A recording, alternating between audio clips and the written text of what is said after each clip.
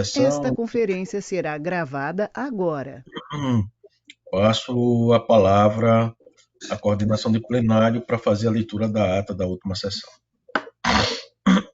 Ata da 26ª sessão ordinária da segunda Câmara do Tribunal de Contas do Estado de Alagoas. Aos 30 dias do mês de setembro do ano de 2020, às 10 horas e 12 minutos, foi realizada a sessão ordinária da segunda Câmara desta Corte de Contas, na forma online por videoconferência, sob a presidência do excelente senhor presidente em exercício, conselheiro Anselmo Roberto de Almeida Brito. Conselheiro substituto Alberto Pires Alves de Abreu, conselheira substituta Ana Raquel Ribeiro Sampaio Calheiros. O Ministério Público de Contas esteve presente, representado pelo procurador Enio Andrade Pimenta. Havendo número para deliberar, o excelentíssimo senhor presidente em exercício declarou em nome de Deus aberta a sessão, solicitando a leitura da ata da sessão anterior que foi aprovada. Na hora do expediente, o senhor presidente em exercício, conselheiro Anselmo Brito, comunicou a ausência na sessão do excelentíssimo senhor presidente, conselheiro Rodrigo Siqueira, por problemas de saúde, e passou-se para a ordem do dia. Relator, conselheiro substituto Alberto Pires, TC 13.439/2017, retirado de pauta. Relatora, conselheira substituta Ana Raquel Calheiros, TC 355/2018, TC 348/2018, entre outros relacionados a aposentadorias. Aprovados acordo 475 a 489. Relator, conselheiro Anselmo Brito, TC 2406/2019, repautado. Não havendo processo a relatar, o excelentíssimo senhor presidente em exercício facultou a palavra. Não havendo quem quisesse fazer uso, em nome de Deus encerrou a sessão, convocando-os para a próxima no horário regimental.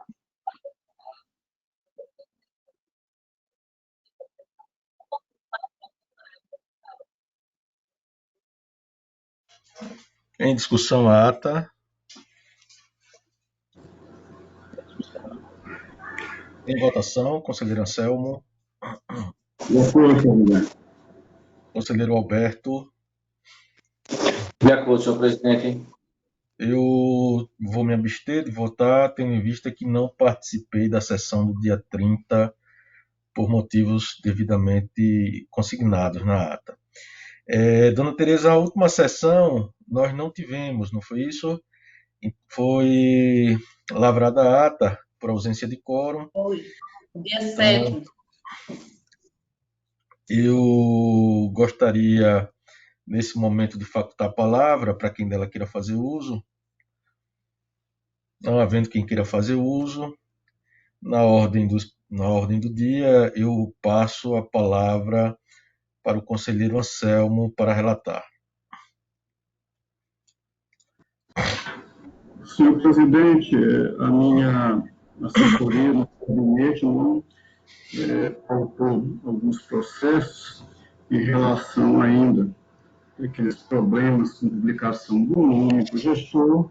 Sendo assim, nós não teremos pauta para hoje, ainda mais porque o grosso dos nossos procedimentos são processos fixos que só recentemente o nosso gabinete voltou à sua presença física junto à Corte de Contas a fim de verificar o estado das coisas em nosso gabinete, com há mais ou menos 7, 8 meses, foi inundado, tendo sido atingido vários processos, todos os processos que estavam em fase de análise e elaboração foram atingidos e isso está sendo equacionado. E assim que pudermos trabalhar, inclusive, com participação da Corregedoria quanto à questão de migração processual, traremos e daremos encaminhamentos devidos, senhor presidente.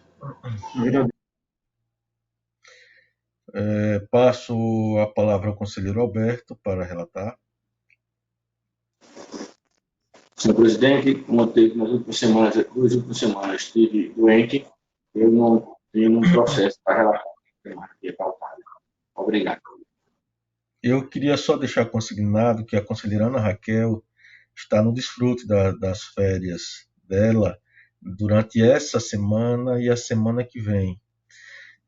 De modo que eu passo a relatar os meus processos e, inicialmente, antes que eu me esqueça, eu pautei o processo TC de número 3242/2015.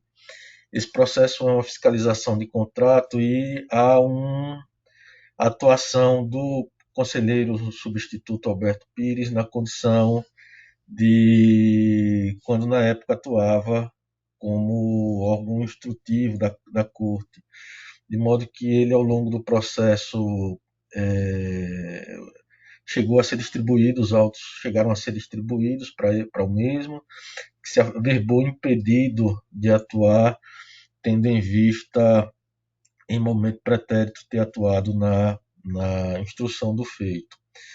De modo que, por não termos quórum suficiente para julgar esse processo no dia de hoje, eu estou retirando de pauta e me comprometerei a convidar o conselheiro substituto Sérgio Maciel para completar o quórum na semana que vem.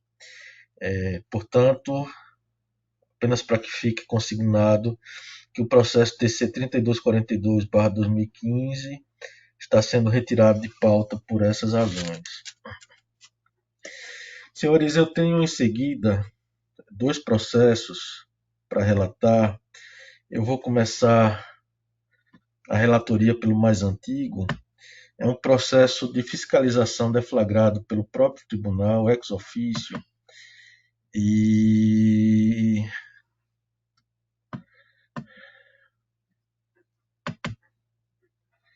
no ano de 2011, que tem como objeto tanto a contratação de uma empresa, um instituto responsável pela realização do concurso público da Câmara Municipal de Geraldo Ponciano, assim como também a fiscalização do próprio concurso. Então, portanto, são 2 objetos em cima desse processo de fiscalização.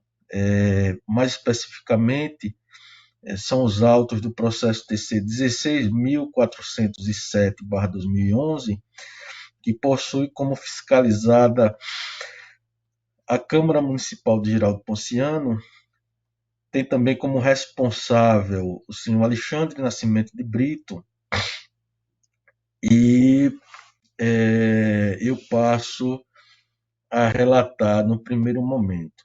Só uma questão prévia: vocês estão conseguindo me escutar, apesar do uso da máscara, que se faz necessário nesse momento? Então, né? Perfeitamente, presidente.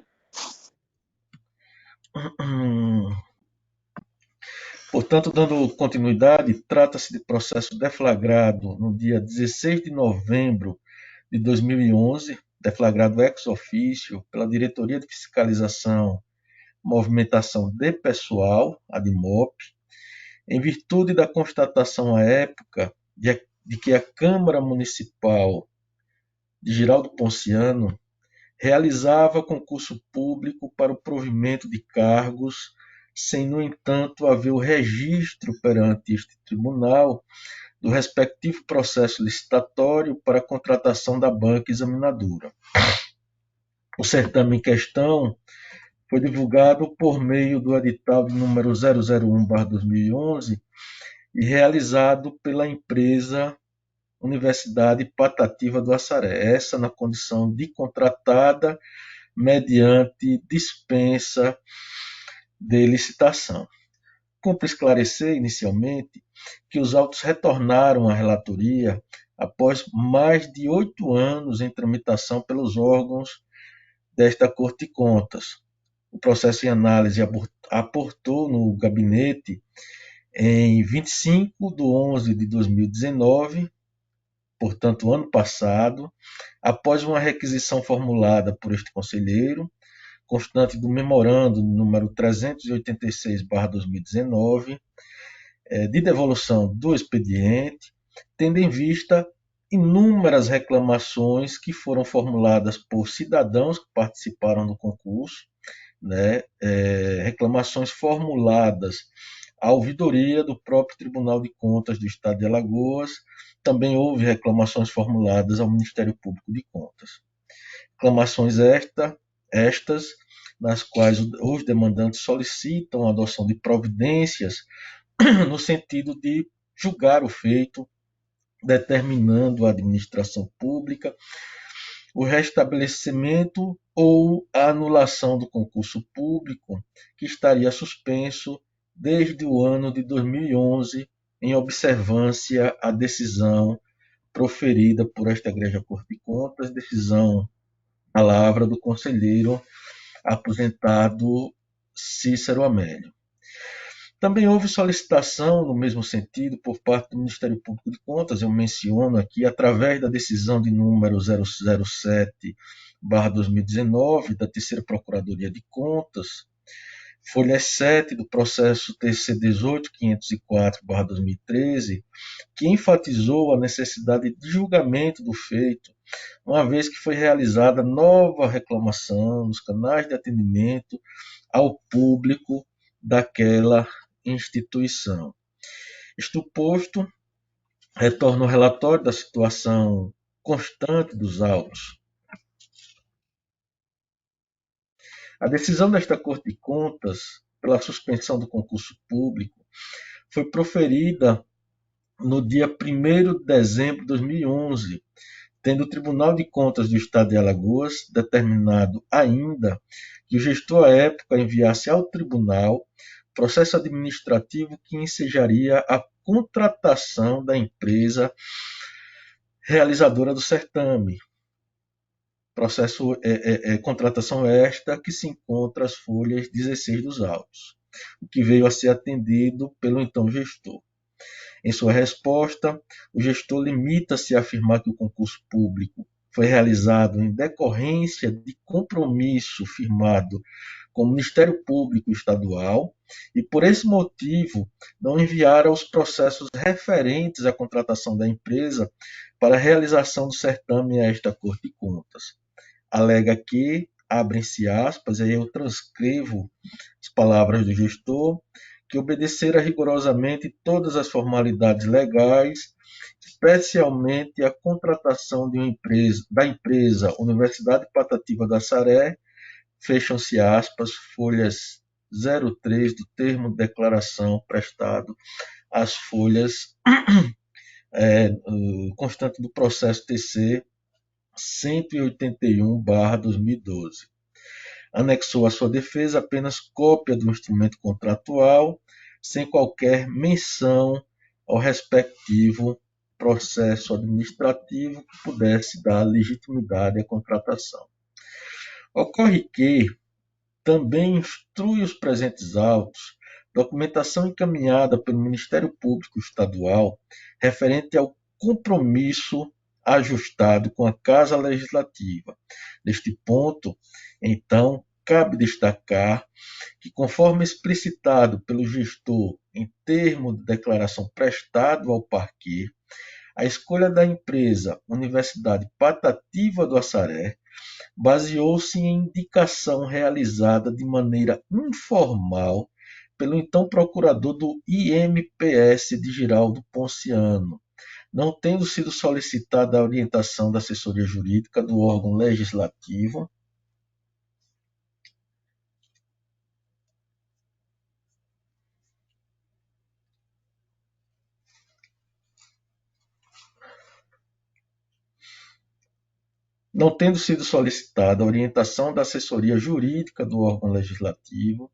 nem a instauração de processo administrativo. E aí eu abro um parênteses, até mesmo porque eu acredito que não havia, né, na época, qualquer tipo de assessoria jurídica ou assessoria técnica naquele órgão legislativo. Desse modo, considerando todos os elementos que instruem o processo, manifestaram-se a Procuradoria Jurídica do TCEAL, por meio do parecer TCEAL de número 2092/2013, de folha 189/194, e o Ministério Público de Contas, no parecer de número 2525/2013, da 5ª PC, subscrito pela eminente procuradora Estela Barros Mero, pela nulidade do contrato de número 08/2011 e pela consequente anulação do concurso público. As ilegalidades indicadas consistem na ausência de processo administrativo para a escolha da contratada, o que implicou na desobediência a diversas normas da Lei 8666/93, além de suposta irregularidade decorrente da formação da forma de contraprestação estabelecida pela cláusula 5ª do contrato, o que haveria violado o artigo, de forma frontal, o artigo 56 da Lei 4.320/64.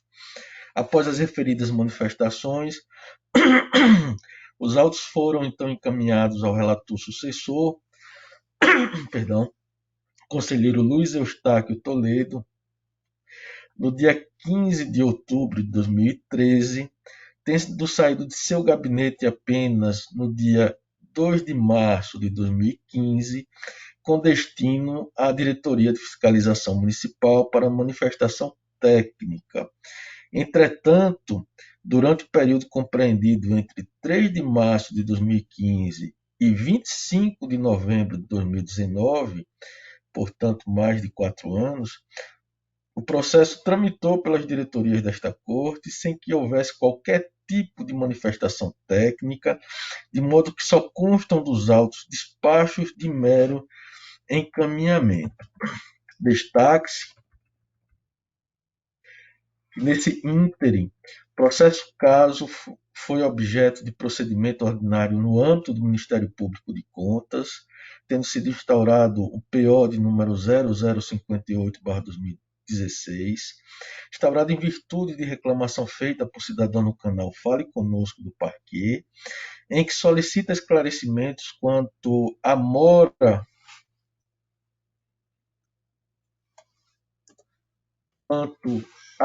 no julgamento do feito. Diante disso, o órgão ministerial expediu o ofício de número 265/2016 da 5ª Procuradoria de Contas, solicitando à relatora, à época, o impulsionamento do feito, o que foi atendido, já que esta, por sua vez, requereu junto à DEFAFON a devolução dos autos conforme memorando de número 091 daquele mesmo ano. Ocorre que os autos encontravam-se na Selic DEFAFON e, na oportunidade, esta seção proferiu despacho de encaminhamento à referida diretoria no dia 23 de janeiro de 2017, mas desde então o processo lá ficou por mais de 2 anos, até o dia 9 de outubro de 2019, quando foi novamente devolvido à Selic DEFAFON, conforme andamento processual registrado no sistema do Tribunal de Contas do Estado de Alagoas.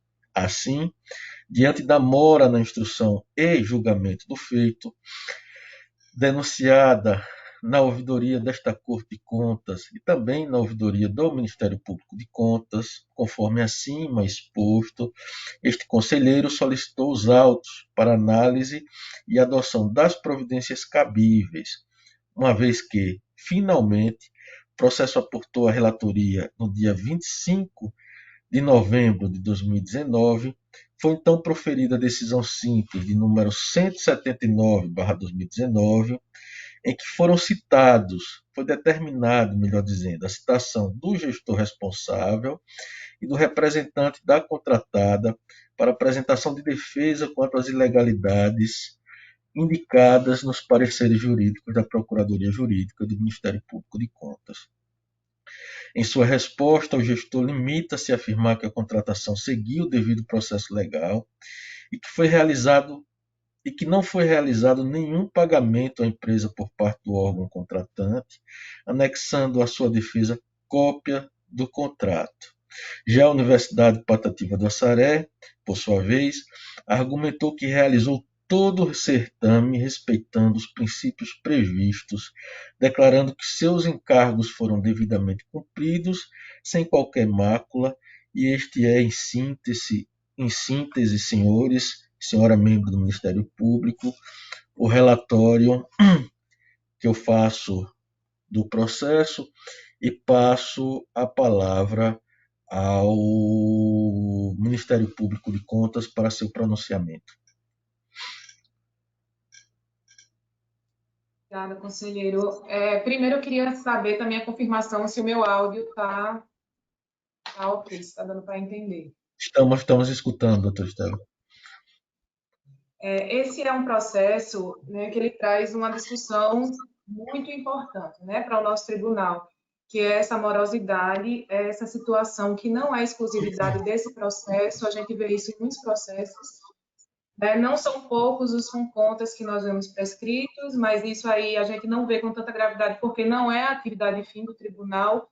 Eu digo hoje com muita preocupação que essa é uma situação que atinge os nossos processos da atividade fim de controle, né? Nós vemos muitas prestações de contas. Eu posso relatar inúmeras representações que nós fizemos desde o nosso ingresso em 2011, que até hoje não tiveram conclusão. Então, é realmente um processo importante para trazer essa discussão, não só sobre medidas que garantam uma maior efetividade da atuação do tribunal, como também medidas à responsabilização por toda pela paralisação continuada dos processos e tantas situações que nós vemos que não tem uma explicação, na verdade, né? Vou retomando agora o processo, né? Como foi relatado pelo conselheiro Rodrigo, houve uma cautelar de suspensão do certame da execução do contrato em 2011 e em 2013 foi proferido um parecer pelo Ministério Público de Contas já abordando o mérito da contratação. Eu vou fazer a leitura da ementa, porque ela é bem completa, ela explicita as irregularidades que foram verificadas, mas depois eu gostaria de fazer mais alguns comentários em face da defesa que foi apresentada pelo gestor agora em 2019. Dispensa de licitação, artigo 24 da Lei 8.666/93. Ausência de processo administrativo de contratação, ausência de projeto básico e especificação do objeto, ausência de estimativa de custos, ausência de justificativa do preço, ausência de justificativa ou parecer técnico jurídico pela possibilidade da contratação direta, ausência de decisão e ratificação da dispensa, ausência de justificativa da escolha da contratada, escolha desprovida de embasamento técnico, fundada exclusivamente no valor a configurar a hipótese de dispensa, não observância das formalidades para a dispensa, contra a prestação da contratada a partir de valores arrecadados com as taxas de inscrição, arrecadação a cargo da empresa contratada, receita pública, impossibilidade, princípio da unidade de caixa, ausência de conta específica da empresa para o recebimento das inscrições de concurso, comprometimento do controle, ausência de previsão da reversão de valores excedentes aos cofres públicos,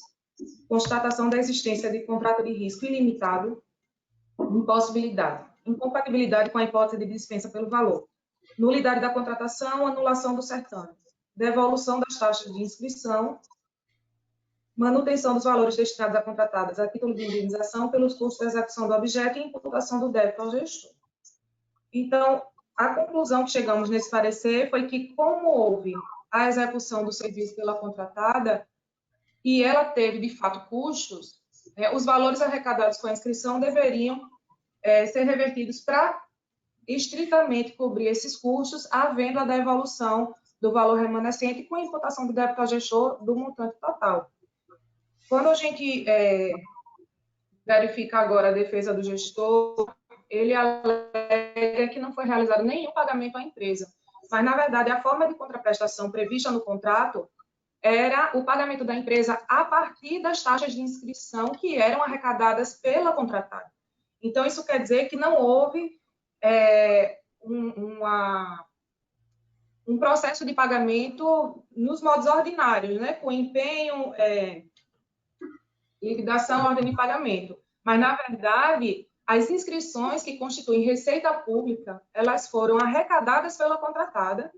Não havia uma conta específica que possibilitasse fazer esse controle dos valores arrecadados, do montante total da contratação.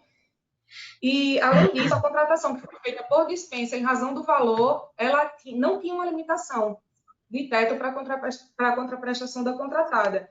Então, independente do número de inscritos, esse valor seria revertido para a remuneração da empresa que realizou o certame. Então, esse parecer foi de 2013. Nós pedimos, na ocasião, a citação do gestor com a devolução dos autos para um parecer conclusivo no caso de defesa, e havendo toda essa conclusão no caso de não haver uma manifestação, mas como nós vemos que a manifestação do gestor ele não traz fatos novos, a minha manifestação aqui, nesse momento, é somente no sentido de ratificar todos os termos do parecer 25 de 2013. Obrigada, conselheiro. Senhores, eu passo ao voto. É interessante que, só um comentário que se faz necessário, é um tema que, inclusive, chegou a ser tratado no dia de ontem, na sessão plenária, esse cenário de total informalidade que acaba os gestores, principalmente em procedimentos muito antigos, procedimentos administrativos, né?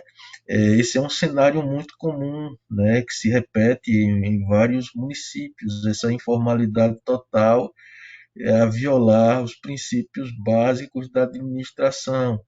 Do ponto de vista de gestão, é um cenário que o Tribunal de Contas tem um compromisso de mudar suas decisões. Elas precisam ser transformadoras nesse sentido. Eu passo, portanto, ao voto. Em parte, nós estamos concordando com o Ministério Público de Contas, mas estamos trazendo uma consequência que difere um pouco da que foi opinada pelo Ministério Público de Contas, conforme Vossas Excelências poderão ver no voto. Tá? Pois bem, da análise de todos os documentos que instruem este processo, chega-se à conclusão de que o contrato de número 008/2019 reveste-se de total nulidade, né? Nesse diapasão, considerando que, no caso em exame, o único documento elaborado pela administração pública foi um instrumento contratual, este voto, no que diz respeito ao exame da legalidade da avença, explicitará as normas jurídicas violadas. Em seguida, nós dividimos, para efeitos lógicos, o nosso raciocínio, né, e o nosso voto também. Em seguida, em virtude da ocorrência da efetiva prestação do serviço contratado, ou seja, da realização do concurso público, pendente apenas de homologação pela autoridade competente, nós analisaremos a possibilidade de manutenção ou não do certame ante a ausência de indícios diretos de fraude na realização do concurso público, bem como pela ponderação que nós fizemos quanto à proteção da boa-fé dos terceiros que participaram do concurso, né? E em seguida, nós abrimos um capítulo específico para tratar da nulidade do contrato de número 008/2011, firmado pela Câmara Municipal de Giraldo Ponciano com a empresa Universidade Patativa do Assaré. Pois bem, a seleção da empresa que veio a ser contratada não observou nenhuma exigência, tanto de ordem material quanto de ordem formal, estabelecida pelas normas da Lei 8666/93, além de ter violado os princípios básicos da administração pública, conforme explicitações que se seguem. De início, cabe destacar que a escolha da empresa Universidade Patativa do Assaré, pelo gestor à época, baseou-se em indicação realizada de maneira completamente informal pelo então procurador do IMPS de Giraldo Ponciano, não tendo sido solicitada a orientação de assessoria jurídica do órgão legislativo, conforme atesta o documento de folhas 009, constante do processo TC 6077/2012. Desse modo, não foi instaurado nenhum processo administrativo prévio para a escolha da empresa que veio a ser contratada, impossibilitando que os atos praticados fossem formalizados e documentados. A melhor doutrina nos ensina que o poder público deverá sempre documentar o processo de escolha da contratação, demonstrando as etapas e as formalidades imprescindíveis, mesmo nos casos em que a licitação seja dispensável. E, nesse sentido, nós transcrevemos lição do professor Marçal Justin Filho, no seguinte sentido, abrem-se aspas: a ausência de licitação não equivale à contratação informal, realizada com quem a administração bem entender, sem cautelas nem documentação. Ao contrário, a contratação direta exige um procedimento administrativo prévio, em que a observância de etapas e formalidades é imprescindível. Fecham-se aspas. O mesmo autor, ao comentar sobre o processo administrativo nos casos de contratação direta, explica que nas etapas internas iniciais, a atividade administrativa será idêntica, seja ou não a futura contratação antecedida de licitação. Em um momento inicial, a administração verificará a existência de uma necessidade a ser atendida. Deverá diagnosticar o meio mais adequado para atender ao reclamo, definirá um objeto a ser contratado, inclusive adotando providências acerca da elaboração de projetos, apuração da compatibilidade entre a contratação e as previsões orçamentárias. Tudo isso estará devidamente documentado em procedimento administrativo, externando-se em documentação constante dos respectivos autos. E continua o eminente professor em seu escolho que a diferença residirá em que, no momento de definir as fórmulas para a contratação, a administração constatará a inaplicabilidade das regras acerca da licitação, da competição. Ainda assim, não se admitirá que a administração simplesmente contrate sem observância de outras formalidades. O Tribunal de Contas da União também entende que, apesar de menos formalista em comparação com o processo licitatório, o processo administrativo para compra por dispensa de licitação possui vários requisitos essenciais ao alcance de suas finalidades de forma eficiente e econômica. Na verdade, o processo de compra direta muito se assemelha à fase interna de uma licitação. A elaboração das especificações técnicas do objeto e das condições da contratação. O fornecimento constitui elemento essencial na condução de qualquer processo administrativo para a contratação. Nesse sentido, cumpre mencionar que o Ministério Público de Contas, em sua manifestação, bem destacou, abrem-se aspas, que, de acordo com o artigo 38 da Lei 8666/93, os procedimentos de contratação pela administração pública serão iniciados com abertura de processo administrativo, devidamente autuado, protocolado e numerado, contendo a autorização da autoridade competente, a indicação sucinta de seu objeto e do recurso próprio para a despesa. Inicia-se, pois, o procedimento por construção lógica com a demonstração da necessidade da obtenção de determinado bem ou serviço, em havendo disponibilidade orçamentária para a despesa, decorrendo desta os trâmites posteriores no sentido da definição da adequada modalidade licitatória e sua deflagração, com todas as fases e exigências que lhes sejam pertinentes, ou ainda do reconhecimento de hipótese de dispensa ou de inexigibilidade, fecham-se aspas. Importa destacar que o órgão ministerial amparou-se ao anexar seu entendimento em decisão proferida pelo próprio Tribunal de Contas da União, em que se afirmou, abre-se aspas, que se o gestor tem por dever e objetivo garantir a contratação mais vantajosa para o órgão, os atos precedentes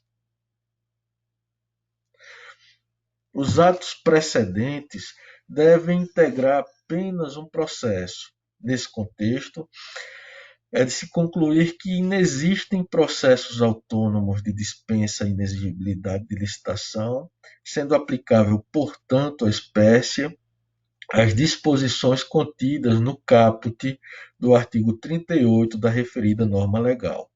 Outro sim, ressalte-se, conforme indicado pelo eminente Ministério Público de Contas, que a situação apresentada culminou ainda na ausência de comprovação das seguintes etapas anteriores ao contrato, com a violação das respectivas normas legais. Aí o Ministério Público enumera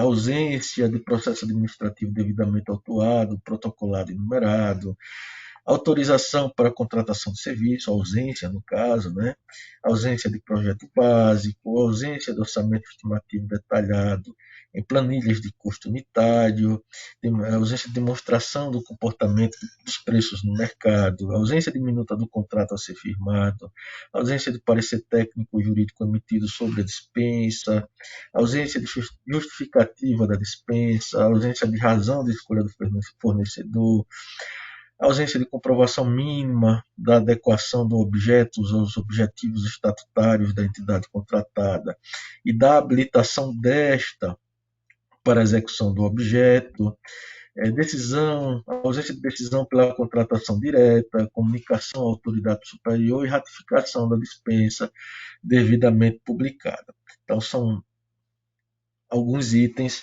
elencados pelo Ministério Público de Contas. Como se vê, a não instauração de processo administrativo prévio para a escolha da melhor proposta implica não apenas em violação às regras previstas em lei, mas também, por consectário, constitui afronta aos princípios jurídicos básicos da administração que fundamentam sua existência. Nessa senda, destaque-se especialmente a legalidade e a isonomia. Quanto à ofensa ao princípio da legalidade, esta se verifica basicamente pela inocorrência da subsunção da situação fática à hipótese legal. Conforme já demonstrado, o gestor responsável procedeu sem qualquer processo administrativo prévio ou fundamentação idônea à escolha de uma empresa para a realização do concurso público, porque esta oferecera preço inferior ao limite, na época, de R$ 8.000 estabelecido na norma do inciso 2º do artigo 24 da Lei 8666/93. Insta a salientar que o Tribunal de Contas da União assim trata a matéria. E aí a gente abre aspas, a correta caracterização da dispensa em razão do valor pressupõe uma rica e criteriosa pesquisa de preços no mercado, como forma de combater a tendência de os preços se aproximarem do valor limite da contratação, ou, em outras palavras, evitando que o procedimento, por ser menos formalista, induza ao sobrepreço. De fato, os fornecedores, ao vislumbrarem a possibilidade de se obterem ganhos maiores em um processo no qual a competição é mais limitada, tendem a inflar suas propostas, induzindo a administração a uma contratação antieconômica. Fecham-se aspas. Assim, tem-se que a administração utilizou a norma do inciso 2 do artigo 24 de maneira equivocada, uma vez que não fundamentou devidamente a incidência da referida regra ao caso concreto. Conforme já demonstrado, nenhuma cotação ou justificativa de preço foi apresentada e, nesse sentido, explicita ao parecer ministerial a grave irregularidade da situação. Abrem-se aspas. O contrato surgiu sem qualquer planejamento, projeto, pesquisa ou estudo do objeto pretendido, sem análise do custo estimado da execução do serviço ou de seu preço médio de mercado. Ora, proceder à contratação unicamente em decorrência do valor, este fixado de forma extremamente próxima ao limite permitido para a contratação direta, inexistindo ainda planilha orçamentária que permita conhecer os custos unitários e total do serviço, configura grave irregularidade. E aí são os trechos que nós destacamos do pronunciamento ministerial. Interessa ressaltar que a contratação direta de empresa realizadora de concurso público por dispensa de licitação também pode ser fundamentada, ou melhor dizendo, costuma ser fundamentada no artigo 24, inciso 13 da Lei 866, que prevê ser dispensável a licitação na contratação de instituição brasileira incumbida regimental ou estatutariamente da pesquisa, do ensino ou do desenvolvimento institucional, desde que a contratada detenha inquestionável reputação ético-profissional e não tenha fins lucrativos. Esse é o comum para a contratação direta para a realização de concurso público. Assim, independentemente do valor ofertado pela contratante, seria possível a dispensa de licitação para contratar empresa organizadora de concurso público, desde que preenchidos os requisitos legais. Esse é o entendimento do TCU, inclusive simulado no verbete de número 287, que nós transcrevemos, abrem-se aspas. É lícita a contratação de serviço de promoção de concurso público por meio de dispensa de licitação,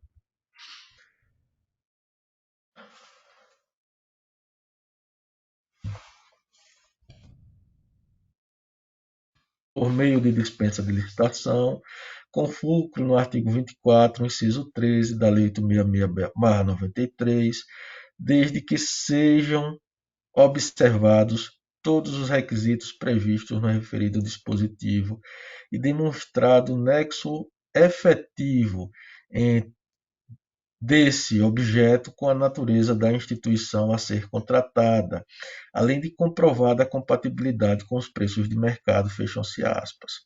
Destaque-se por oportuno que o entendimento acima referenciado foi adotado pelo Tribunal de Contas do Estado de Alagoas, que estabelece em sua instrução normativa de número 001/2012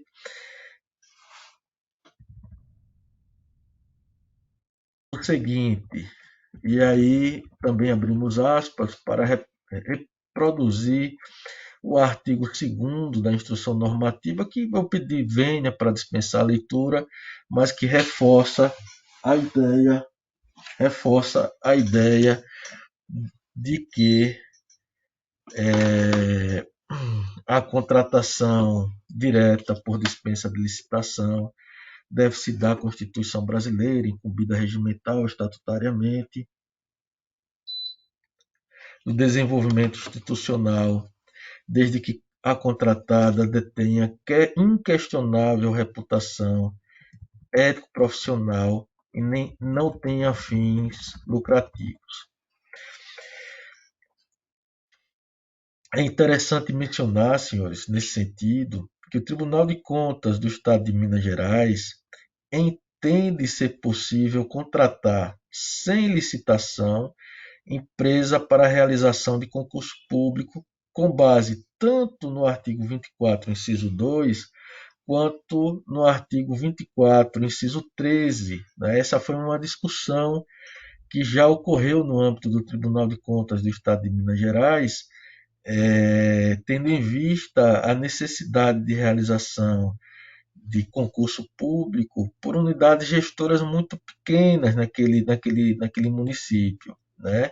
E muito embora o dispositivo legitimador comumente utilizado seja o inciso 13, aquela Corte de Contas entendeu que para unidades gestoras muito pequenas, levando em consideração a realidade local, seria possível sim a contratação de empresas para a realização de concurso público, a contratação direta, com fundamento no inciso 2, em razão do pequeno valor contratado.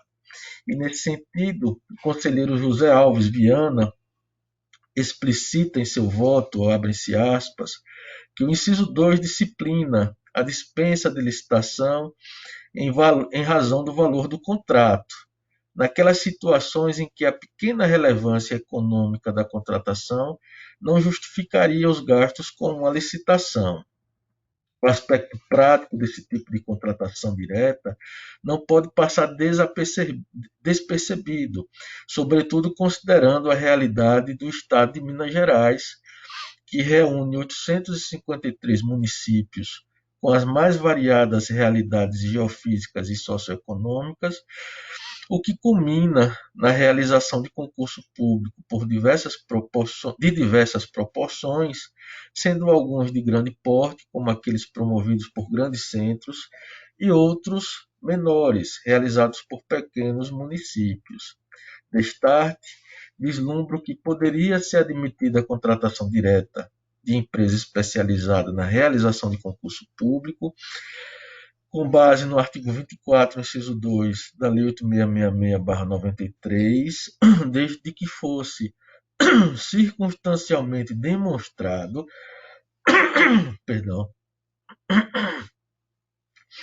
que o valor total a ser pago à contratada seria inferior àquele estabelecido no referido artigo. Também merece destaque o inciso 13 do artigo 24 da Lei 8666/93, o qual estabelece ser dispensável a licitação no caso de contratação de instituição brasileira incumbida regimental e estatutariamente de pesquisa, do ensino, ou do desenvolvimento institucional, ou de instituição dedicada à recuperação social de preso, desde que a contratada detenha inquestionável reputação ético-profissional e não tenha fins lucrativos. Observa-se que a Lei de Licitações exige 2 requisitos para a efetivação da contratação direta, com base no inciso 13 do artigo 24, a saber, tratar-se de instituição brasileira sem finalidade lucrativa e que detenha inquestionável reputação ético-profissional. E o segundo requisito, tratar-se de instituição dedicada à pesquisa, ensino ou desenvolvimento institucional, ou ainda dedicada à recuperação social do preso. Infere-se, portanto, que, uma vez atendidos os pressupostos traçados pela lei, seria perfeitamente admissível a hipótese de dispensa de licitação visando a contratação de empresa especializada na realização de concurso público, com base no inciso 13 do artigo 24, principalmente considerando a relação existente entre o objetivo da contratação e o objeto estatutário regimental da contratada, que seria a pesquisa, o ensino ou desenvolvimento institucional.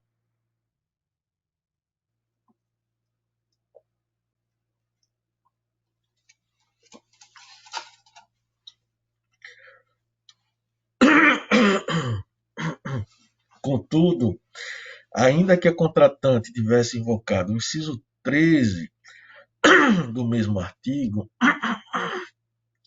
não demonstrou à época o preenchimento dos requisitos exigidos para a dispensa de licitação do caso, notadamente a compatibilidade com os preços do mercado. Portanto, ante a ausência de fundamentação quanto à legalidade da referida contratação direta, a dispensa não se subsume às hipóteses legais acima mencionadas. Nessa senda,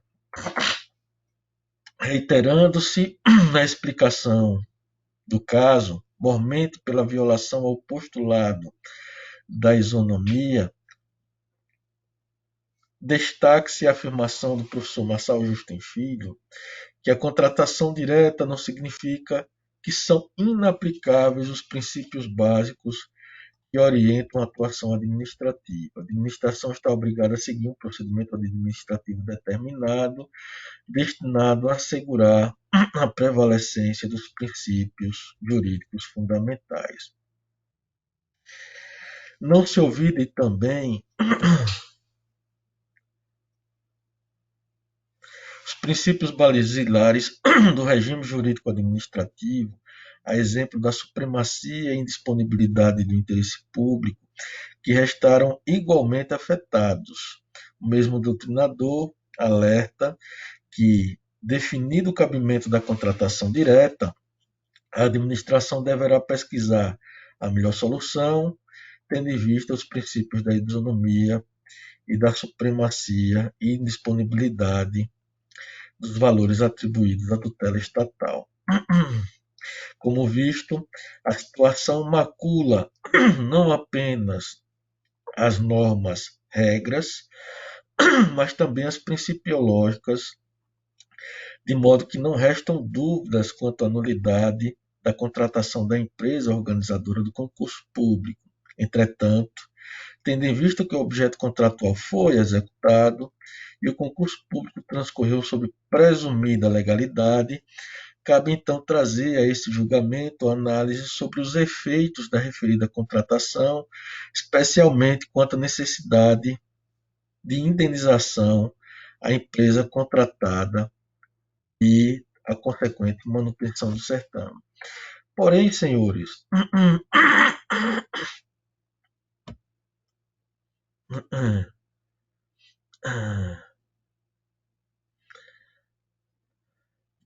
nós em seguida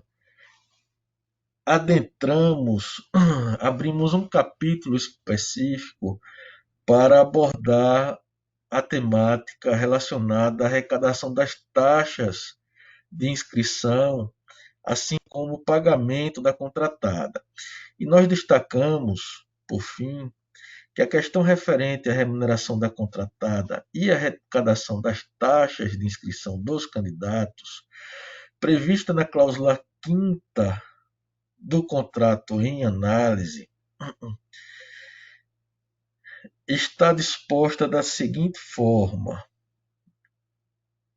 e transcrevemos a cláusula 5ª para que a gente possa bem raciocinar.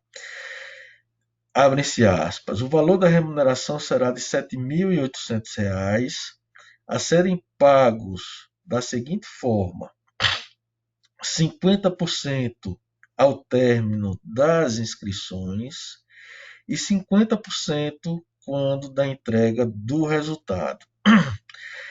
E em seguida vem como se fosse um parágrafo único, muito embora não nominado como parágrafo único.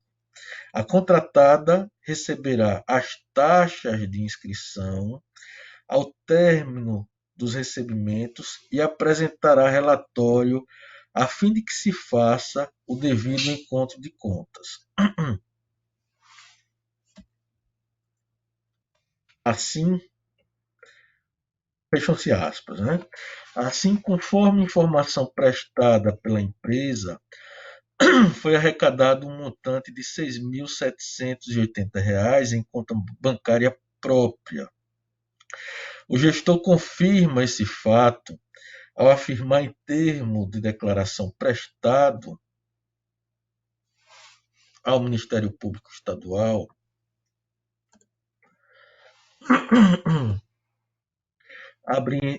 abrem-se aspas, que automaticamente a empresa contratada ficava com os valores depositados, fecham-se aspas.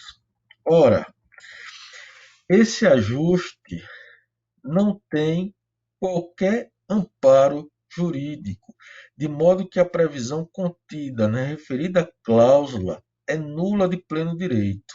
Isso porque a metodologia de pagamento escolhida não é recomendada nem reconhecida do ponto de vista jurídico, uma vez que os valores correspondentes às taxas de inscrição deveriam ingressar no erário municipal,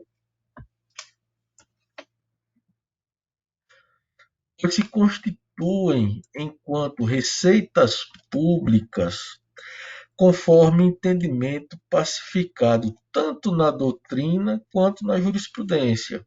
Assim, ainda que a contratação estivesse legalmente amparada, o que não está, e nós admitimos apenas para efeitos de raciocínio, a referida cláusula contratual padeceria de completa nulidade. Confirma esse entendimento o Tribunal de Contas do Estado de Minas Gerais ao explanar que a taxa de inscrição em concurso público é considerada receita pública, razão pela qual os valores das inscrições devem ser depositados em conta única, vedados o depósito direto na conta da empresa organizadora e a burla ao princípio da unidade de tesouraria.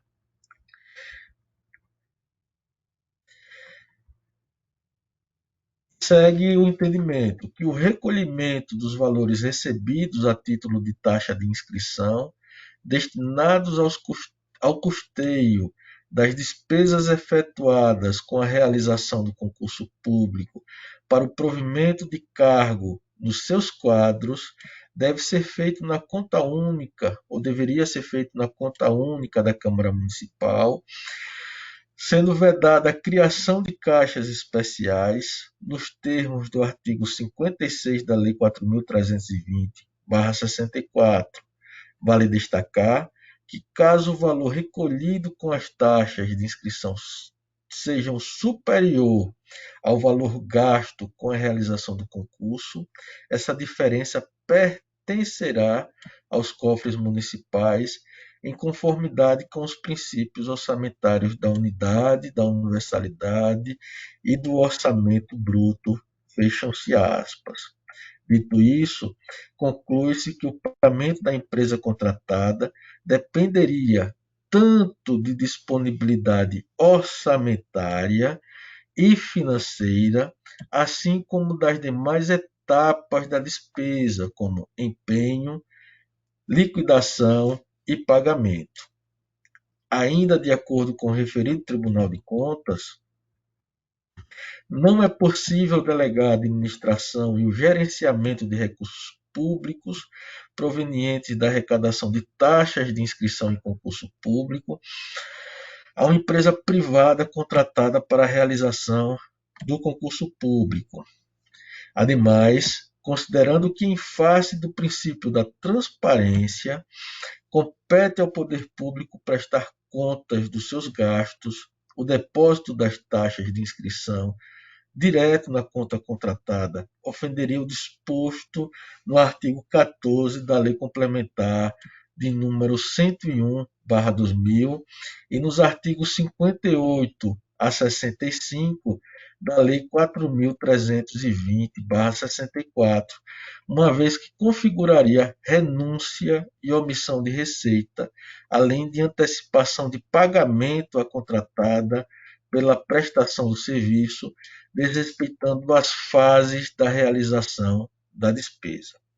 Portanto, seguindo esse raciocínio, tem-se que os valores arrecadados com as taxas de inscrição deveriam ter sido destinados à Câmara Municipal de Giraldo Ponciano e o pagamento da empresa deveria ter observado as fases de realização da despesa previstas na legislação, o que não ocorreu no caso em julgamento, pois o procedimento adotado baseou-se na cláusula ou em cláusula contratual nula de pleno direito. Posto isso, cabe destacar o que estabelece a lei quanto à remuneração da contratada nos casos de contratação nula, né? Prevê a Lei 8666, artigo 59, parágrafo único, que a nulidade não exonera a administração do dever de indenizar o contratado pelo que este houver executado até a data em que ela for declarada e por outros prejuízos regularmente comprovados, contanto que não lhe seja imputável, promovendo-se a responsabilidade de quem lhe deu causa. Segundo explanado no tópico anterior, a contratação foi nula e nenhuma justificativa para o valor cobrado para fins de remuneração da Universidade Patativa do Assaré fora apresentada. Entretanto, conforme estatui a norma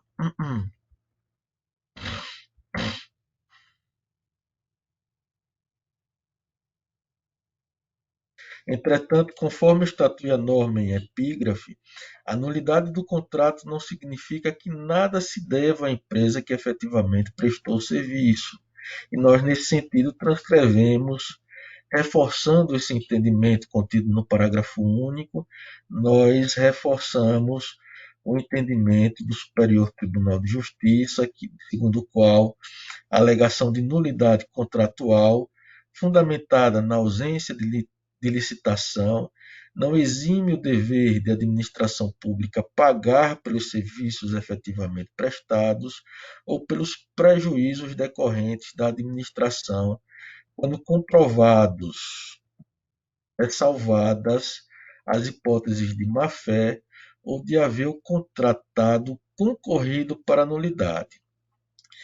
Logo, pode-se afirmar em tese que, apesar de o recolhimento das taxas de inscrição ter sido realizado pela contratada, o montante arrecadado deveria ser revertido à administração pública para que realizasse o pagamento da empresa pelo serviço prestado. Contudo, levando-se em conta a situação fática analisada, incorporo a este voto a solução apresentada pelo Ministério Público de Contas de que, em razão das peculiaridades do caso,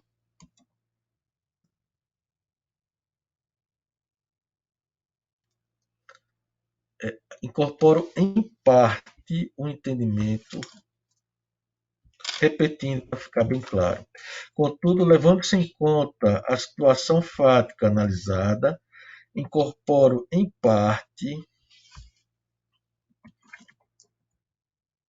a este voto a solução apresentada pelo Ministério Público de Contas de Alagoas, de que, em razão das peculiaridades do caso, sobretudo no tocante ao baixo valor envolvido, com fulcro nos princípios da efetividade, razoabilidade e segurança jurídica, opinou pela manutenção inicial da destinação dos valores arrecadados pela empresa, determinando-se a Câmara Municipal que promova o devido encontro de contas, previsto na cláusula 5ª do contrato, a fim de aferir a exatidão dos valores de arrecadação informados.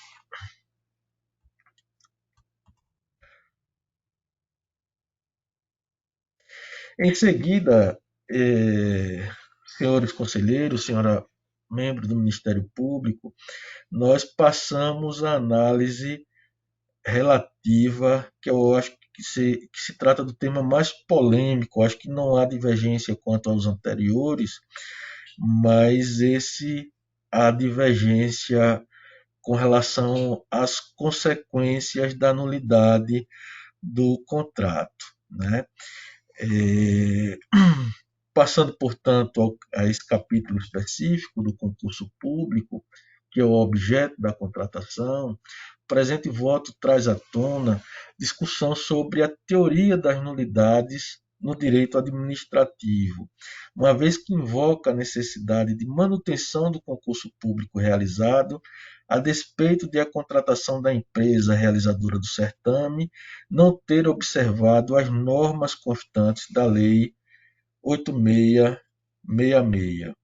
Isso porque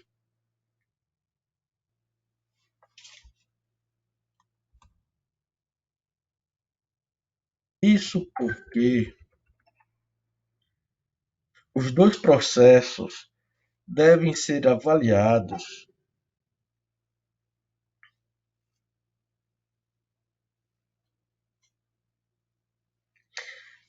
senhores, eu acho que eu estou com um arquivo antigo aqui. Eu fiz algumas alterações, eu só estou pedindo aqui para a minha assessoria certificar se trata do arquivo mais recente, a versão mais recente do voto. E só um instante, eu estou estranhando aqui a.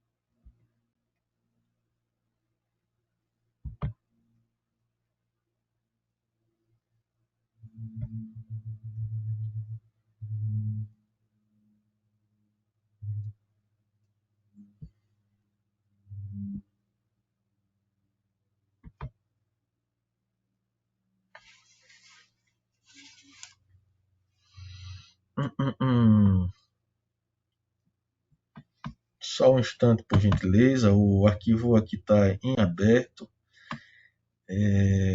Apenas a solicitação para que seja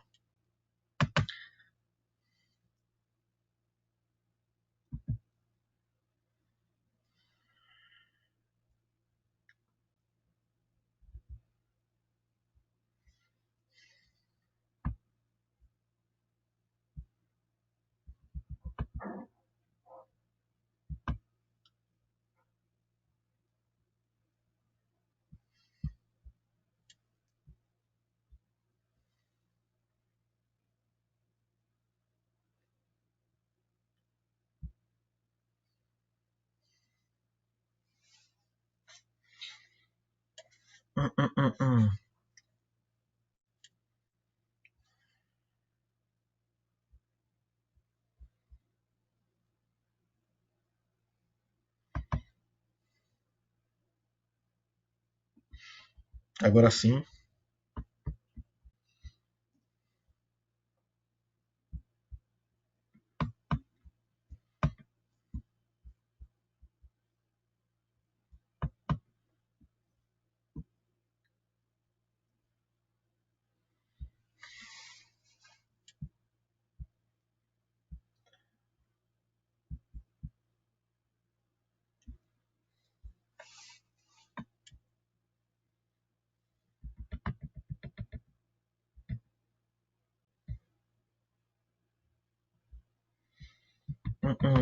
Agora sim. Quanto à validade do concurso público,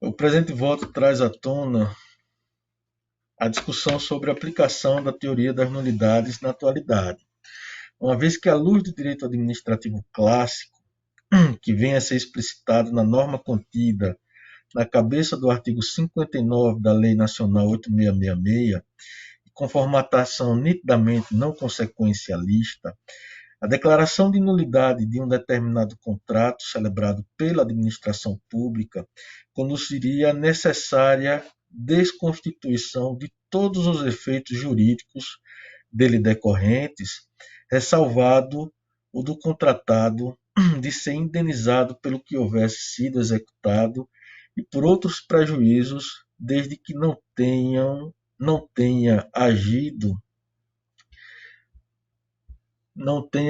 de má fé.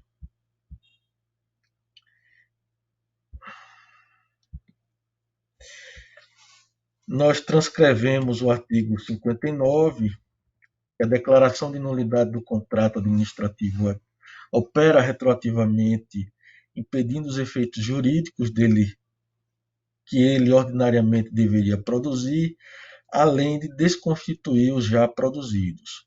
E o parágrafo único, que menciona que a nulidade não exonera a administração do dever de indenizar caso por aquilo que tiver sido executado ou pelos danos que vierem a ser comprovados. Por essa lógica, no caso sob análise, a declaração de nulidade do contrato celebrado pela Câmara Municipal de Giraldo Ponciano com a empresa Universidade Patativa do Açaré poderia implicar como consequência natural na necessidade de se desconstituir todos os efeitos dele decorrentes, inclusive o concurso público que veio a ser realizado independentemente da existência de comprovação de desvios. Independentemente da existência de comprovação de desvios, de favorecimentos e de qualquer outro tipo de fraude na seleção. O Ministério Público de Contas opinou nesse sentido à época em que proferiu seu parecer de número 2525/2013. Todavia, o direito público vem passando por profundas transformações estruturais, impulsionadas pelas mudanças que o fenômeno da globalização impõe na ordem política, social e econômica, peculiares à era da informação, na qual nos encontramos inseridos. A esse respeito, a destacada jurista brasileira Odete Medawar, de forma pioneira, já destacava lá na década de 90, em sua obra Direito Administrativo em Evolução, as sensíveis mutações pelas quais passava o direito público, especialmente o administrativo, fenômeno que veio a ser objeto de estudo de inúmeros professores, dentre eles o professor Diogo de Figueiredo Moreira Neto, em duas de suas obras, Mutações do Direito Público e o Direito Administrativo do século XXI. Nesse caminho, entendo que não há motivo para a invalidação do concurso público com fundamento no artigo 59 da Lei 8666/93, conforme, e aí eu peço vênia para discordar nesse ponto específico do parecer do órgão ministerial, proferido no ano de 2013, porque o referido dispositivo, conforme explanado, apresenta uma concepção mecanicista da nulidade dos atos administrativos. Trata-se de uma visão clássica do pensamento administrativista brasileiro, segundo a qual a incompatibilidade entre um ato administrativo concreto e uma norma acarretava a nulidade absoluta de tudo, partindo do pressuposto fundamental de que a nulidade absoluta implicava a ausência de qualquer tipo de efeito jurídico para o ato defeituoso.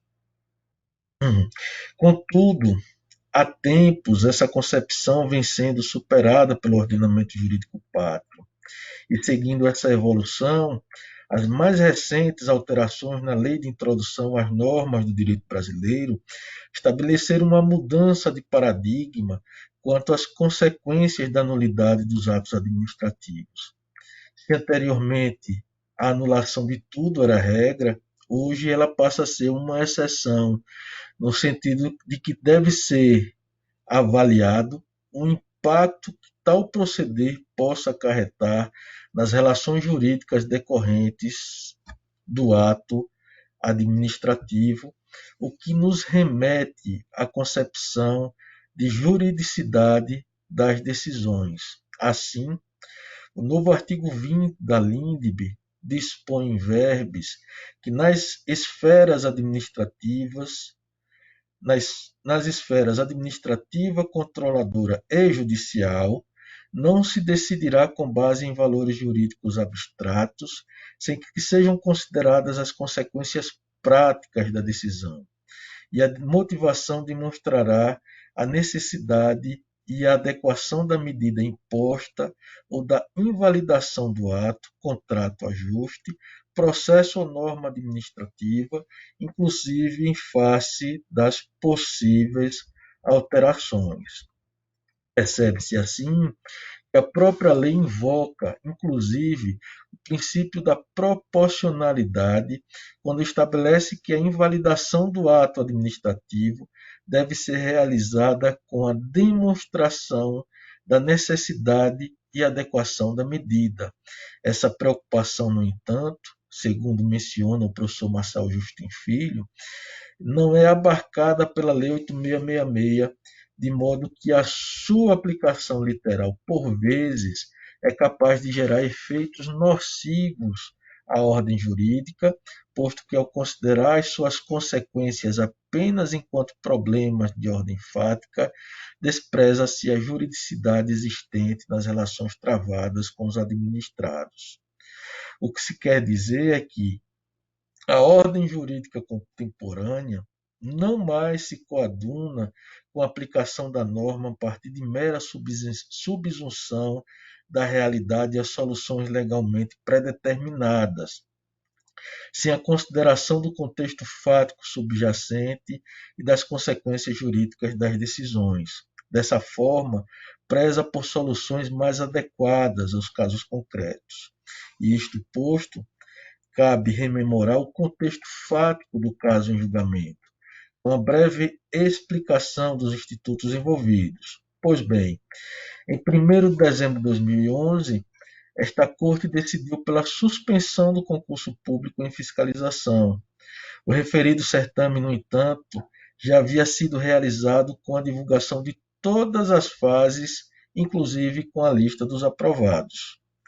Cabe explanar ainda que, de acordo com a definição do professor Marçal Justin Filho, concurso público é um procedimento conduzido por autoridade específica, especializada e imparcial, subordinada a um ato administrativo prévio, norteado pelos princípios da objetividade, da isonomia, da impessoalidade, da legalidade, da publicidade, do controle público, destinado a selecionar os indivíduos mais capacitados para serem providos em cargos públicos de provimento efetivo ou em emprego público. E ressalte-se que no momento em que o Tribunal de Contas do Estado de Alagoas decidiu pela suspensão do certame, este carecia apenas de homologação pela autoridade competente. Sendo assim, a administração pública ficou impedida de confirmar a legitimidade do certame, bem como proceder à nomeação dos aprovados, uma vez que aquele fora suspenso por este tribunal na fase de homologação. Ressalte-se que o fundamento da decisão supracitada foi a necessidade de instrução do processo investigatório por parte do tribunal, a fim de constatar eventuais ilegalidades no bojo do concurso público, regulado pelo edital de número 001/2011 e realizado pela Universidade Patativa do Açaré. Entretanto, após tramitar o feito pelos órgãos instrutivos desta Corte, bem como pela análise dos documentos produzidos, inclusive no âmbito do Ministério Público Estadual, não foram colhidos quaisquer indícios suficientes de fraude no respectivo certame. Diante desse contexto, faço por oportuno um alerta de que as demandas que aportam neste tribunal, a exemplo desta situação constatada nos autos, não podem ficar ad eterno aguardando a juntada de alguma prova de algum elemento que demonstre ou que comprove que houve a nulidade do certame. O processo está há quase 9 anos aguardando a devida instrução por parte dos órgãos técnicos desta Corte, que se quedaram inertes quanto ao exercício das diligências de sua alçada, de modo a não haverem sido realizados ou trazidos aos autos elementos que porventura viessem a comprovar alguma irregularidade no caso em exame, prejudicando-se por conseguinte, quanto à irregularidade inicialmente apontada, uma análise mais profunda e minuciosa, apta a conceder fundamentos robustos para a atividade julgadora do Tribunal de Contas no exercício do seu mistério constitucional.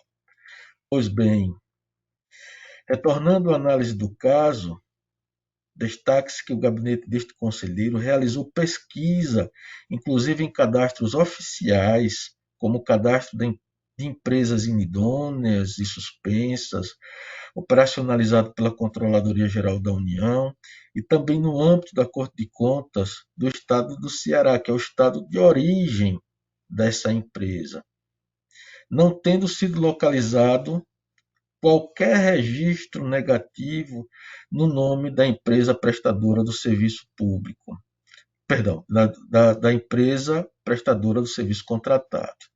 Outro sim, foi possível constatar que, de fato, trata-se de uma empresa possuidora de vasta experiência na realização de concurso público, tendo realizado certames para diversos órgãos, como citamos como exemplo a Prefeitura Municipal de Araripe, no Ceará, Prefeitura Municipal de Barbalha, no Ceará, Prefeitura Municipal de Bom Jesus, na Paraíba, inclusive seleção para estagiar no Conselho Nacional do Ministério Público do Distrito Federal, para o Tribunal Regional Eleitoral dos Estados do Ceará, do Rio Grande do Norte, dentre outros inúmeros outros concursos públicos.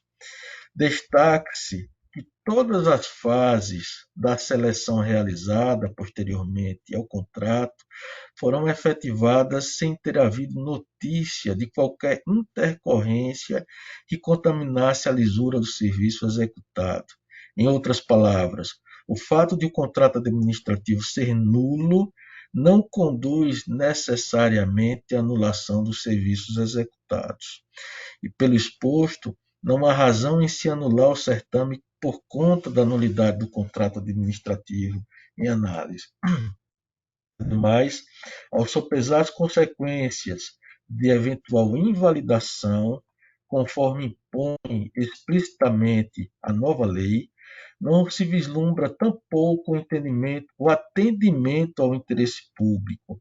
Isso porque, na nova ordem constitucional, não existe hierarquia entre princípios jurídicos.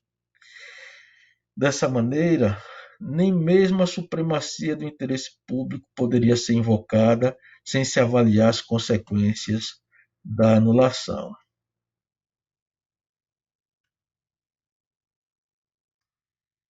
Não se pode considerar também que a aplicação mecânica do texto legal contido lá no artigo 59 da Lei 8.666 seja válida quando isso macula, por exemplo, a confiança legítima de terceiros de boa-fé. Por isso, não se vislumbra a possibilidade de anulação do concurso, conforme se mencionou acima, porque tal proceder afetaria, outrossim, o interesse legítimo dos candidatos participantes, presumidamente de boa-fé, da seleção e que lograram aprovação em lista já divulgada, gerando a legítima expectativa de nomeação. Não há nos autos qualquer elemento, repito, não há nos autos qualquer elemento de prova que indique a existência de conluio entre os envolvidos no certame, assim como também não existe qualquer elemento que comprove ter ocorrido qualquer tipo de favorecimento indevido aos candidatos aprovados. Dessa maneira, considerando que os terceiros de boa-fé não podem também ficar prejudicados por um erro da administração em sua origem, entendo não haver fundamento sólido para anulação do procedimento, e a razão desse entendimento baseia-se não só no princípio do consequencialismo, consagrado no artigo 20 da LINDB, como também no princípio da proteção da confiança que está sendo invocado nos autos. Conforme nos ensina a professora Odete Medawar, um dos desdobramentos do princípio da segurança jurídica encontra-se no princípio da proteção da confiança, também denominado de princípio da confiança legítima. A proteção da confiança diz respeito à preservação de direitos e expectativas de particulares ante alterações inopinadas de normas, de orientações administrativas, que, mesmo legais, são de tal modo abruptas ou radicais que suas consequências se revelam desastrosas. Também se refere à fiscalização de promessas ou compromissos aventados pela administração. E concurso público, senhores conselheiros, senhora membro do Ministério Público, o edital ele traz um grande compromisso de seleção e de nomeação dos aprovados dentro do número de cargos previstos no edital. Assim, observa a mesma autora que o princípio da confiança, da proteção da confiança, mantém interface com o dever de boa-fé a ser respeitado pela administração na sua conduta. Dito isso, cabe então salientar que boa-fé objetiva é uma cláusula geral impositiva de eticidade e dotada de exigibilidade jurídica que rege todas as relações, inclusive aquelas que se operam no âmbito do direito administrativo. O voto, eu acho que ele está essencialmente claro para Vossas Excelências. Eu passo, portanto, a análise da responsabilização dos gestores em razão da contratação nula e também em razão da cláusula contratual nula contida no item 5. E quanto a esse aspecto de responsabilização, nós estamos aplicando a súmula número 1 do Tribunal de Contas do Estado de Alagoas, reconhecendo, portanto, a prescrição da pretensão punitiva quanto a qualquer sanção que possa ser aplicada aos gestores em razão da celebração de um contrato ao arrepio de todo o ordenamento jurídico brasileiro. E passo, portanto, à conclusão do voto, no sentido de... Estou votando no sentido de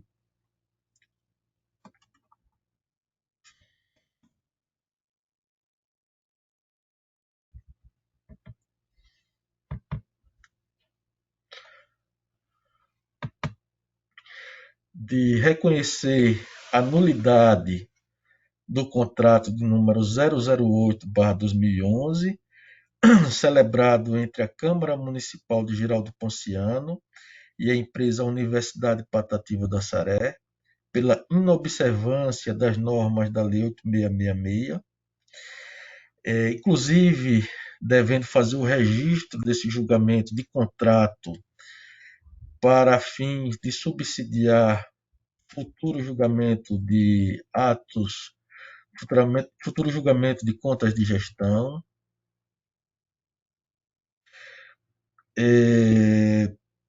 Estou votando também no sentido de determinar que a Câmara Municipal de Giraldo Ponciano promova o encontro de contas previsto na cláusula 5ª do contrato, a fim de aferir a exatidão dos valores de arrecadação informados, mediante confrontação dos extratos bancários, bem como a comprovação dos custos operacionais com a realização das provas. Estou votando por revogar a decisão cautelar proferida ad início por esta Corte de Contas, que havia determinado a suspensão do concurso público regido pelo edital de número 001/2011, realizado pela Universidade Patativa do Açaré, e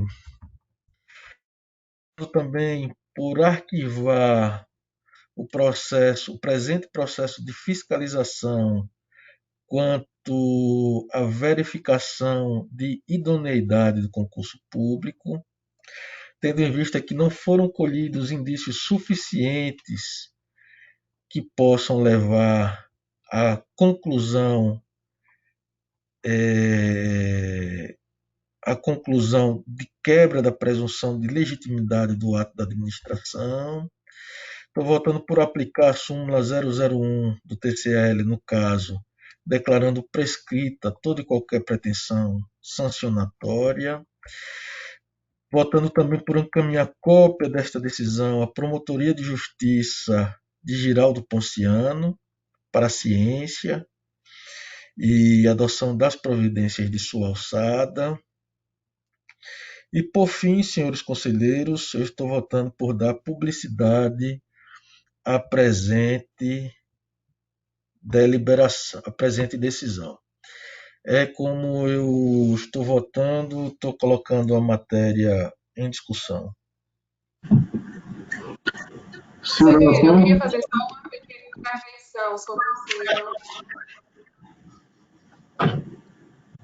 Eu queria deixar o Ministério Público bem à vontade para poder participar da dialética, né? Acho que a gente está diante da aplicação de uma legislação que tem sido muito polêmica nos últimos anos, inclusive no âmbito do Tribunal de Contas da União, mas o próprio TCU também tem se rendido aos benefícios dos princípios que vêm sendo consagrados junto com a aplicação da LINDB.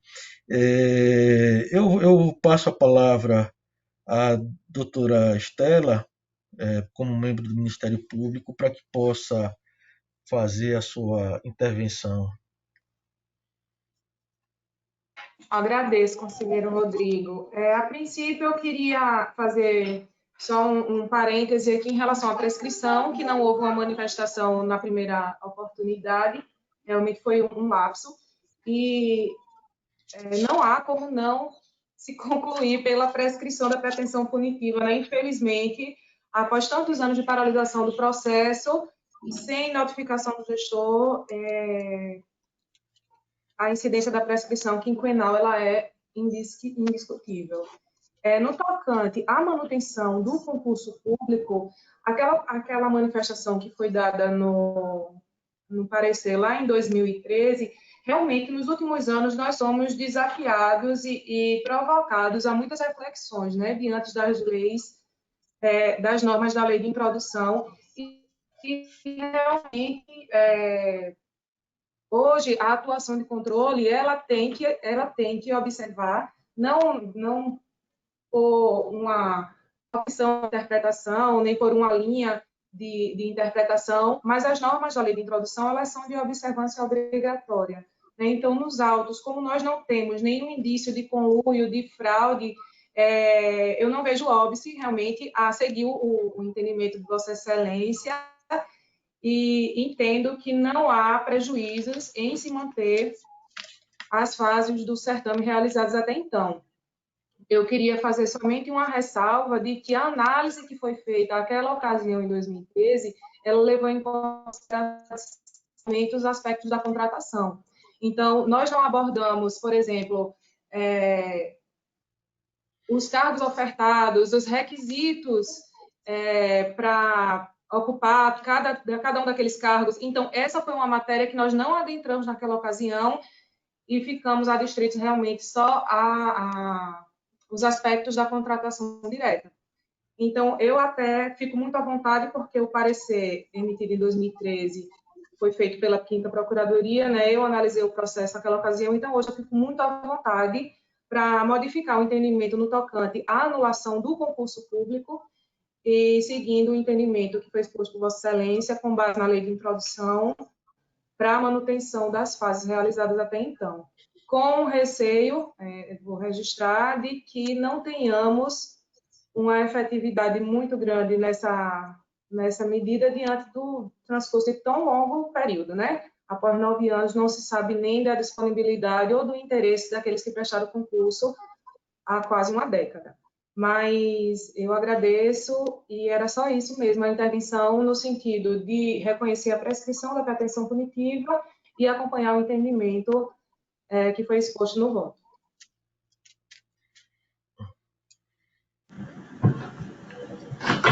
Doutora Estela, pois não, conselheiro. Eu queria um esclarecimento, por gentileza, da passagem destes autos pelos órgãos competentes, sobretudo a diretoria voltada para a fiscalização municipal. Houve uma manifestação efetiva dessa diretoria a respeito destes autos, ou somente a manifestação de nota a respeito?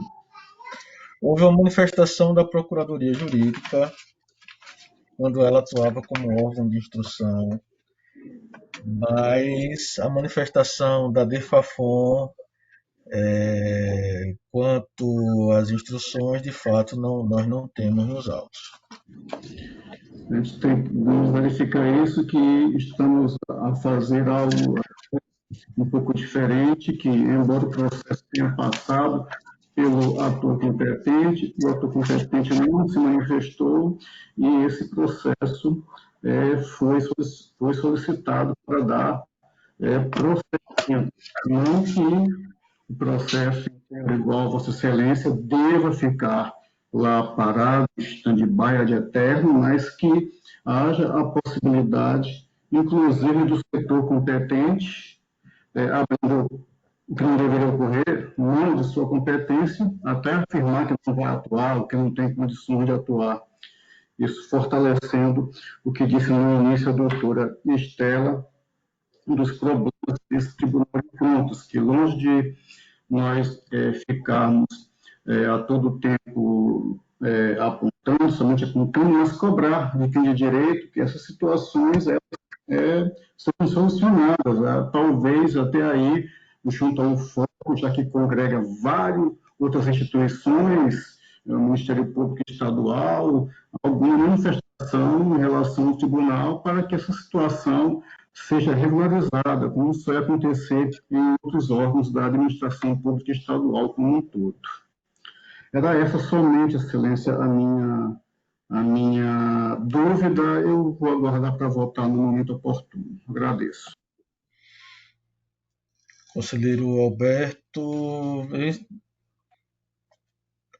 encerrada a discussão.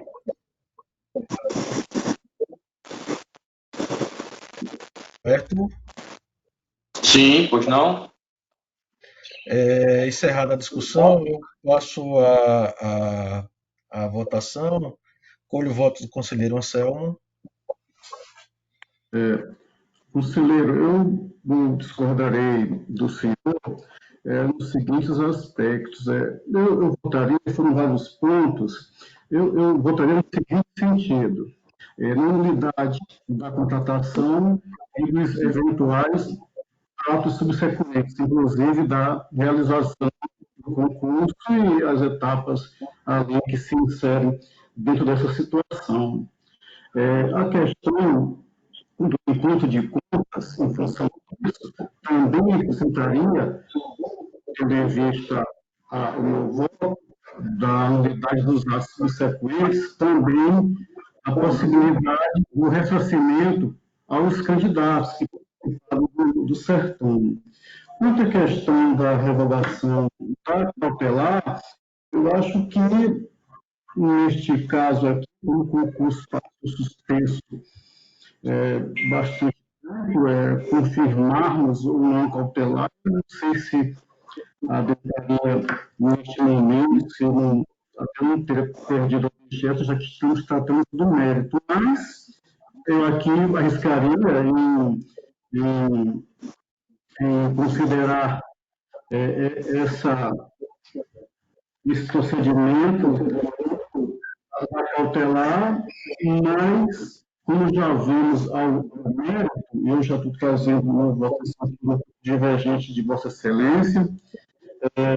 Claro, aparentemente, a questão da Constituição parece que está decidida, acompanho Vossa Excelência. Há também encaminhamento de cópia dos autos para a eventual prestação de contas de gestão e, obviamente, esses pontos em que votaria.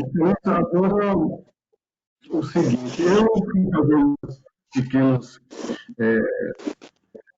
incursões, porque, não diferente daquilo que já foi falado, mas a atuação, é verdade, do fórum do Tribunal de Contas, não se espera. Aliás, é longe de ser o ideal, mas tem a possibilidade, a meu sentir, de validar situações.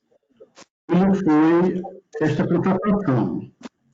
Um outro aspecto que sempre é falado é a questão da veridicidade. Talvez eu tenha um modo diferente de ver que, ao invés de flexibilizar, eu entendo que, ao contrário, a juridicidade ela restringe ações, posicionamentos em prol do interesse público.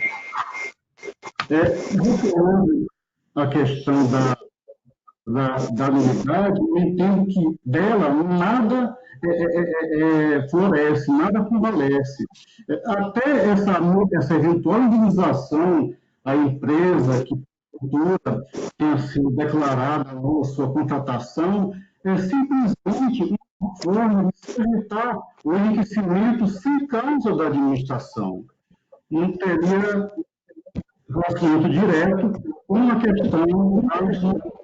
Além de mais, Excelência, são decisões aí de 2017, entende o STJ que quando há contratação direta, após variadas formas, e quando não está caracterizado a situação posta, isso geraria lesão ao erário. Seria aquela lesão presumida. E quero citar aqui uma decisão de 1º de dezembro de 2017, um recurso especial 167-366, da relatoria do ministro Mário Campbell. Também reforça isso, que, apesar de não ser obrigatório, mas é indicativo, é um norte, a jurisprudência em teses do STJ, edição 97, também é no mesmo sentido. Então, por essas razões, que fica o meu voto em sentido um pouco diferente de Vossa Excelência.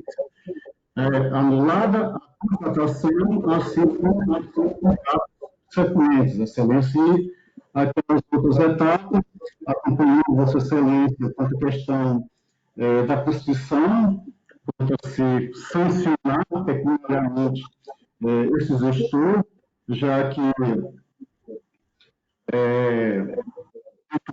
o dano não é ação pecuniária, mas é apenas ressarcimento que se deva em prol de um prejuízo sofrido pelo erário no cargo municipal,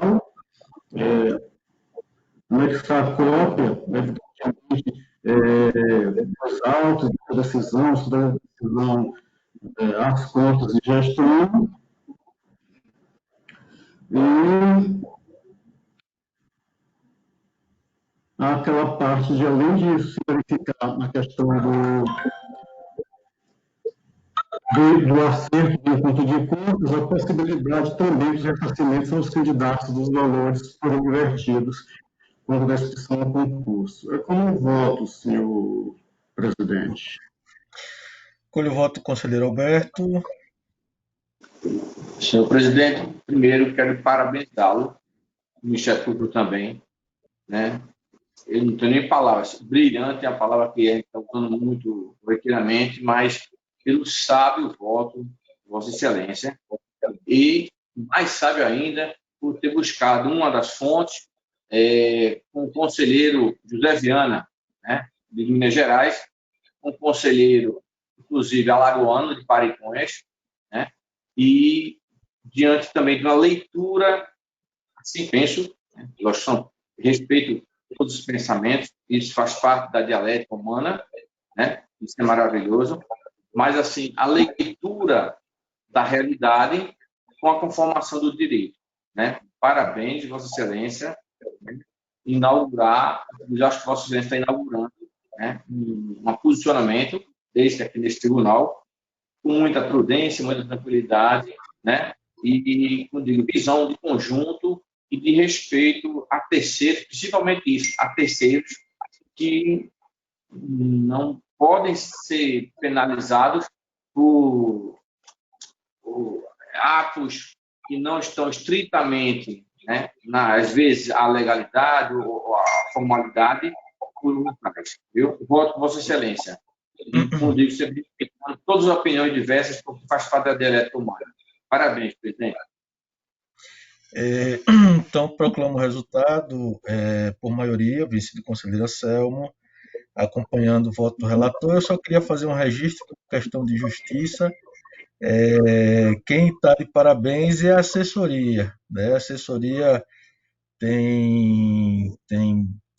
tá buscando permanentemente, está em contato com as transformações que o direito administrativo vem sofrendo nos últimos anos, são profundas, a gente sabe disso, né? A gente vive uma realidade completamente diferente do que se passava 2, 3 anos atrás, e agora mais com direito administrativo de crise, né?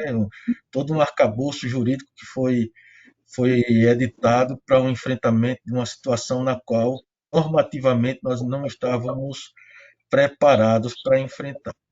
Mas com a volta à normalidade, consequências nós teremos sim, principalmente para demonstrar que aquele direito administrativo travado, formalista, né, consagrado com a Constituição de 1988, que foi muito bom, foram conquistas que nós tivemos em 1988, posteriormente em 1990, com a reforma administrativa, aquelas garantias são aquele arcabouço normativo, ele não permite o contato com a realidade que nós vivemos na atualidade, né?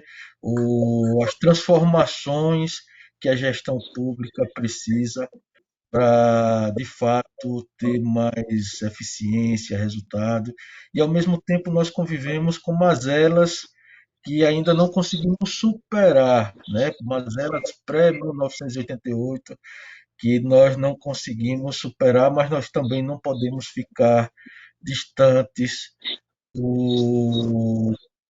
da evolução que o mundo sofre na atualidade, né? A gente tem um,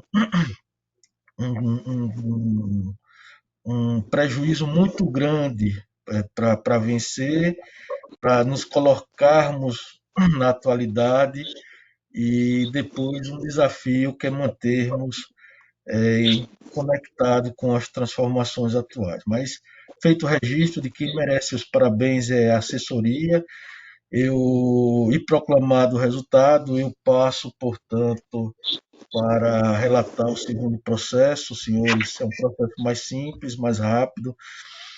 Se trata de uma representação administrativa que nos foi encaminhada, é o processo TC 1100/2020, que possui comunidade gestora ao município de Giraldo Ponciano, responsável é o senhor Nilson Soares Rodrigues, presidente do Instituto de Previdência Local daquele município, e se trata de uma representação administrativa realizada pela Subsecretaria de Regimes Próprios de Previdência Social, da Secretaria de Previdência do Ministério da Economia, informando que o município de Minador... Aqui eu acho que tem algum equívoco.